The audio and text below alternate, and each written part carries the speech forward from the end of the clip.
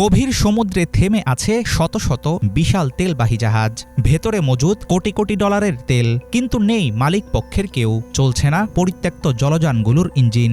আন্তর্জাতিক জলসীমায় ভাসতে থাকা এসব তেল বোঝাই ট্যাঙ্কারে খাবার ও চিকিৎসা ছাড়াই আটকে আছে হাজারো অসহায় নাবিক। গত এক বছরে হঠাৎ করে বেড়েছে পরিত্যক্ত তেল ট্যাঙ্কারের সংখ্যা।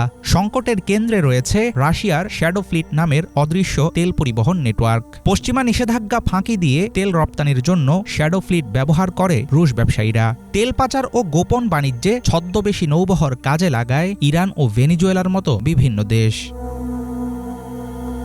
বেনামি কিংবা মালিকানার তথ্য গরমিল করে সাগরে নামানো তেল ট্যাঙ্কার আন্তর্জাতিক বাজারে বহুদিন থেকেই আলোচনার বিষয়। কিন্তু এই সংকট কতটা ভয়াবহ সেটা সহজে সামনে আসে না। সাম্প্রতিক এক পরিসংখ্যান বলছে ২০১৬ সালে বিশ্বজুড়ে পরিত্যক্ত জাহাজের সংখ্যা ছিল মাত্র ২০টি, অথচ ২০২৫ সালে এসে তা বেড়ে দাঁড়িয়েছে ৪১০টিতে।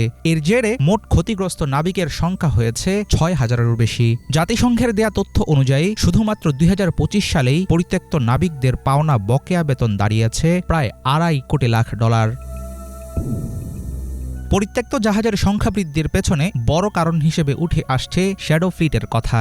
পশ্চিমা নিষেধাজ্ঞা এড়িয়ে রাশিয়া, ইরান ও ভেনিজুয়েলার তেল পরিবহনে ব্যবহৃত হয় এসব ট্যাঙ্কার। কিন্তু পুরনো ও ঝুঁকিপূর্ণ জাহাজগুলোর মালিকানা বেশিরভাগ সময়ই পরিষ্কার নয়। অনেক সময় এগুলো নিবন্ধন করা থাকে ফ্ল্যাগ অফ কনভিনিয়েন্স বা সরকারের নিয়ন্ত্রণ দুর্বল এমন কোনো দেশে। পানামা, লাইবেরিয়া বা মার্শাল আইল্যান্ডসের পাশাপাশি গাম্বিয়ার মতো দেশও এখন কাগজে কলমে বহু ট্যাঙ্কারের নিবন্ধন দিচ্ছে। ২০২৫ সালে বিশ্বব্যাপী পরিত্যক্ত জাহাজের ৮২% ছিল এই ধরনের রাষ্ট্রীয় পতাকার অধীনে।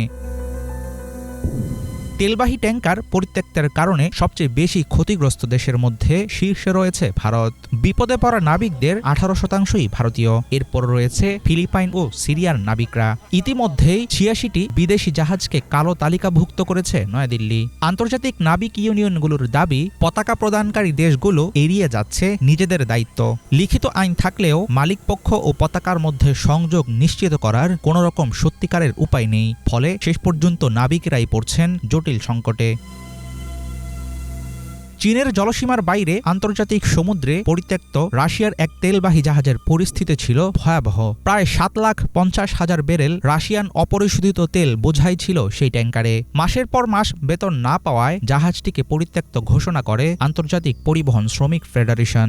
এমনভাবে পৃথিবীর বিভিন্ন স্থানে বেনামি জাহাজের সংখ্যা বাড়ছে পাল্লা দিয়ে। কখনো ইরান, কখনো রাশিয়া, কখনো ভেনিজুয়েলা। পশ্চিমা নিষেধাজ্ঞা এড়িয়ে তেল বিক্রির অন্যতম হাতিয়ার এসব পরিত্যক্ত ট্যাঙ্কার আগামী তৈরি করবে বৈশ্বিক সংকট।